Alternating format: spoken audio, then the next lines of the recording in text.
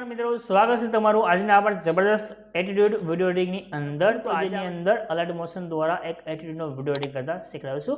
तो कोई पण मित्रों चैनल सब्सक्राइब करे, साथ जो ऑल नोटिफिकेशन बटन है दबावी तो मित्रों नवा नवा फूल प्रोजेक्ट वीडियो नोटिफिकेशन है ते मळे छे। तो चलो आज आप तमने जबरदस्त एटीट्यूड जो वीडियो है बनाता शीखवाड़े।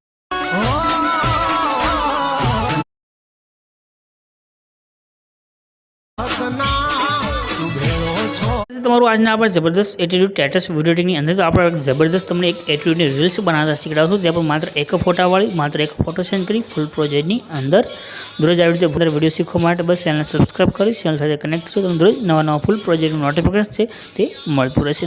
તો આજનો જે વિડીયો છે નાનો ડેમો જોઈ લો। ફૂલ ડેમો આપણે ટેલિગ્રામની ચેનલ છે અલ્પેશ ક્રિએશન, ત્યાં આગળ આવીને તમે જોઈ શકશો। तो डेमोनी अंदर તમે જે વિડીયો જોશે એ વિડીયો બનાવવા માટે તમે ડિસ્ક્રિપ્શનની અંદર જશો એટલે તમને ત્યાં આગળ એક લિંક મળી જશે। એના પર ક્લિક કરશો આ રીતે ખુલીને આવશે સાઇટ, એના પર તમારે ક્લિક કરવાનું રહેશે। અહીંયા આગળ તમે ક્લિક કરશો એટલે આ પ્રમાણે ખુલીને આવશે। અહીંયા આગળ સર્ચનું એક આઇકન દેખાઈ રહ્યું છે, એના પર ક્લિક કરી દો અને અહીંયા આગળ તમારે એક કોડ છે જે લખવાનો છે।